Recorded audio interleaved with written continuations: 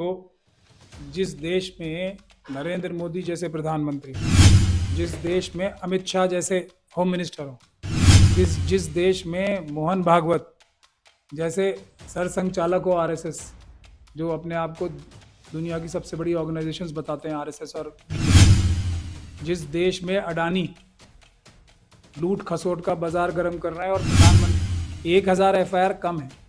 मेरे ख्याल से जब तक 1 करोड़ एफआईआर नहीं होंगी और देश के 1 करोड़ लोग सड़कों पे इसलिए नहीं आएंगे कि हमें जेल में जाना है और ये सरकार बदलनी है, क्योंकि ये सरकार चाइना को और ये अडानी और इन जैसे मनुवादी मानसिकता के गुजराती बिजनेसमैन चाइना और पाकिस्तान के साथ हाथ मिलाकर भारत की 2000 किलोमीटर से ज़्यादा ज़मीन चाइना के हाथों छिनवा चुके हैं, क्योंकि ये नरेंद्र मोदी जी की पॉलिसी को इन्फ्लुएंस करते हैं। अडानी जी जैसे लोग और अमित शाह जैसे लोगों की पॉलिसीज को इन्फ्लुएंस करते हैं पैसे के चक्कर में।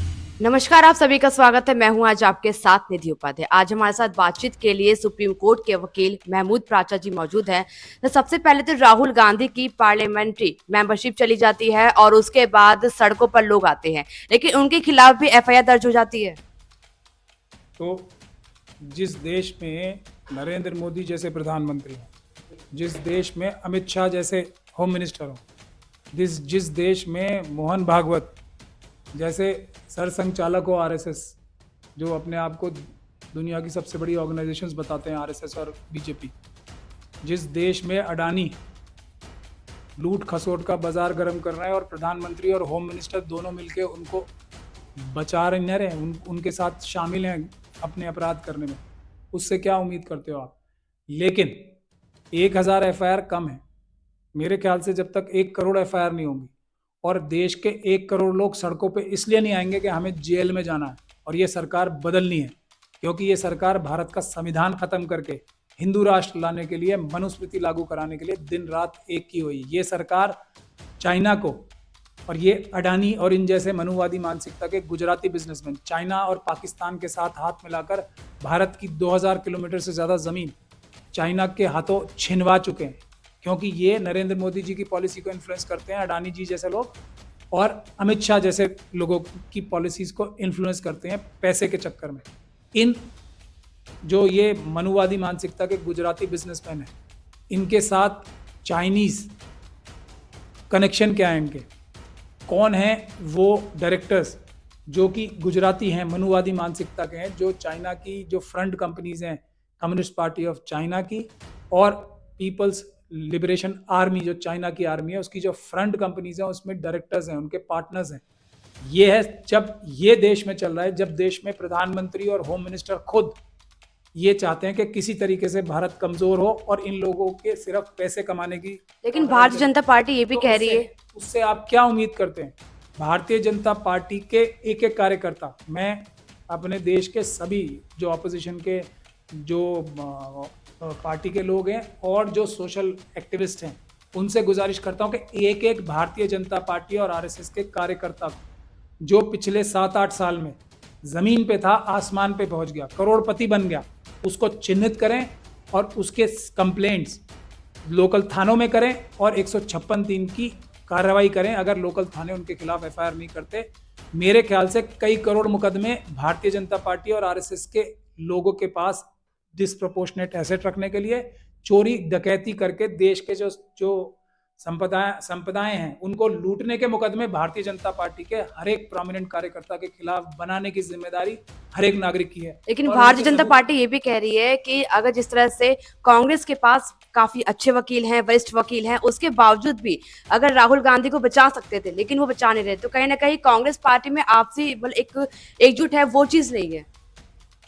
तो इसको कौन ऑर्केस्ट्रेट कर रहा है? ये वो कह रहे कि कपिल सिब्बल, सलमान खुर्शीद जैसे बड़े वकील है, उसके बावजूद भी उनको सजा हो जाती है। लेकिन जैसे पवन खेड़ा का मामला था, उसमें उनको तुरंत मामला कर दिया गया, सॉर्ट आउट कर दिया गया। लेकिन इस मामले को उन्होंने जानबूझ के खींचने दिया। कहीं ना कहीं एक आंतरिक एक गुटबाजी भी इसमें है कांग्रेस में। नहीं, वो देखिए सिर्फ कांग्रेस में ही नहीं है, वो जितनी भी पॉलिटिकल पार्टीज है ना जो आरएसएस और बीजेपी से संबंधित नहीं, उसमें छल कपट से आरएसएस ने अपने जो टेंटिकल्स है ना, उनके जरिए हर एक बड़ी पॉलिटिकल पार्टी में जो लोग हैं घुसा रखे हैं आरएसएस के लोगों ने। और जिन वकीलों के आप नए नाम ले रहे हो, उनकी सक्सेस रेट देख लें पहले, और वही ऐसा नहीं है कि वो अच्छे वकील नहीं है, वो उनके ऊपर इल्जाम ये लगते रहे कि वो जानबूझ के केस जो है फंसाते हैं बड़े बड़े लीडर्स को ताकि वो उनके अंगूठे के नीचे रहें। ये उनके ऊपर इल्जाम लगते रहे और इसकी एक लंबी फहरिस्त है। लालू यादव जी का एग्जाम्पल ले लें, आजम खान जी का एग्जाम्पल ले लें, एक बात नहीं है, अरे खुद गांधी फैमिली का एग्जाम्पल ले लेना कि इनके ऊपर मुकदमे क्या हैं। अगर लेकिन एक तरफ सलमान खुर्शीद कहते हैं कि हमारे वो राम से तुलना कर देते हैं, श्री राम जी से तुलना कर देते हैं राहुल गांधी की, और दूसरी तरफ कहीं ना कहीं समर्थन न करना और कह रहे कि भारतीय जनता पार्टी ये भी कहती है कि कहीं ना कहीं वो आपसी गुटबाजी है, वो खुद ही नहीं चाहते कि राहुल गांधी अगले जो 2024 चुनाव होने हैं उसमें ना पार्टिसिपेट करे, उसमें ना वो लड़े। देखिए, मैं अब ये 2 वकीलों का आप नाम ले रहे हो, इनके डिस्प्रोपोर्शनेट एसेट्स, इनके एसेट्स आप निकाल के देख लो, इनके ऊपर कौन कौन से मुकदमे चल रहे हैं वो निकाल के देख लो, तो आपको पता लग जाएगा कि दबाव में है या मिली भगत है। अब मैं किसी का नाम लेके वकीलों का तो कम से कम नहीं लेना चाहता, लेकिन जब सच्चाई आप मेरे सामने रखोगे तो मुझे बताना पड़ेगा। अब सलमान खुर्शीद साहब के ऊपर कितने मुकदमे चल रहे हैं यूपी में कि इन्होंने ट्रस्ट फंड में क्या क्या किया, इनके परिवार वालों के ऊपर कितने मुकदमे चल रहे हैं। ये देखिए कपिल सिब्बल साहब की, जो हमारे गोगोई साहब हैं, जो चीफ जस्टिस अभी रिटायर हुए, उन्होंने इनके बारे में क्या तारीफ की थी कि ये वन ऑफ द कुछ लोग हैं जो सेटिंग करते हैं। ये तो उन्होंने एक इंटरव्यू में कहा है। अब चीफ जस्टिस से बढ़िया कौन होगा, जो खुद ही एक ऐसे चीफ जस्टिस थे जिनको तुरंत राज्यसभा मिल गई, तो जो अंदर की कहानी बताने वाले उनसे बेटर कौन हो सकते थे। तो कपिल सिब्बल जी के बारे में एक मैंने सोशल मीडिया पे भी बहुत देखता हूँ, एक लिस्ट शाया होती है, जो हमारे दिलीप मंडल है उन्होंने एक लिस्ट भी अपने ट्विटर हैंडल पे डाली थी कि कितने केस ये हारे हैं और किस किस के हारे हैं, जिसमें संजय दत्त से शुरू करके ने लालू यादव और बाबरी मस्जिद और पता नहीं कौन कौन से केस बताए थे। लेकिन एक ऑरा क्रिएट किया हुआ है कि ये सबसे बड़े वकील है, और एक बहाना भी मिल जाता है कि जब सबसे बड़े वकील ने केस कर लिया तो फिर इसका मतलब हारना ही था। तो ये सब एक बड़ी साजिश का हिस्सा है। राहुल गांधी और गांधी परिवार के खिलाफ एक भी केस ऐसा नहीं है जिस पे मेलिशियस प्रोसिक्यूशन का केस नहीं डाला जाए और जो ये साबित ना कर दिया जाए कि ये झूठा मुकदमा उनके ऊपर लगाया गया, इंक्लूडिंग ये जो डिफेमेशन का केस हुआ। और स्पीकर साहब के खिलाफ मुकदमा दर्ज कराने का काम अब तक हो जाना चाहिए था कि उनको रात को कैसे पता लग गया एक ही रात में, कैसे ये जजमेंट पता लग गई और ऐसी कौन सी एक्सीजेंसी आ रही थी, ऐसा कौन सा पहाड़ टूट गया था, ऐसा कौन सा राष्ट्रीय सुरक्षा का मसला आ गया था जो एक ही दिन में इनकी। तो ये एक मेलिशियस एक्टिविटी है स्पीकर के ऑफिस द्वारा। तो कौन कौन लोग इस साजिश में शामिल थे जो एक ही दिन में इनकी वो की गई है, तो ये खुद अपने आप में आईपीसी की धाराओं में। तो आपको क्या लगता है कि 2013 में जो अध्यादेश मनमोहन सरकार जो लेकर आ रही थी और उसको, लेकिन उस समय राहुल गांधी ने उसको फाड़ दिया था, कहा था हमें जरूरत नहीं है इसकी, लेकिन कहीं ना कहीं वो आज संकट मोचक की तरह काम कर सकता था राहुल गांधी के लिए? नहीं, देखिए मैं आपको बता रहा हूँ ना, किसी भी एक्ट का मिसयूज जो है वो खराब चीज है। आज ईडी के क्या डायरेक्टर को एक्सटेंशन मिलनी चाहिए, तो सरकार अपनी ताकत का नाजायज इस्तेमाल कर रही है। जो एक साउथ की, जो तमिलनाडु की एक जज थी, उनके ऊपर एलिगेशन लगे, सुप्रीम कोर्ट में एक पिटीशन फाइल की, सुप्रीम कोर्ट की हियरिंग करने से पहले सरकार ने नोटिफिकेशन जारी कर दिया। ये जो इस प्रकार से एक जो क्रिमिनल्स जैसे काम करते हैं उस तरीके से काम कर रहे हैं ना, वन अपमैनशिप करने के लिए, किसी भी प्रावधान को तोड़ मरोड़ के डिफीट करने की, किसी भी कानूनी प्रोविजन को, जो कार्रवाई, जैसे ये राहुल गांधी जी का केस सबसे बड़ा एग्जांपल है ना।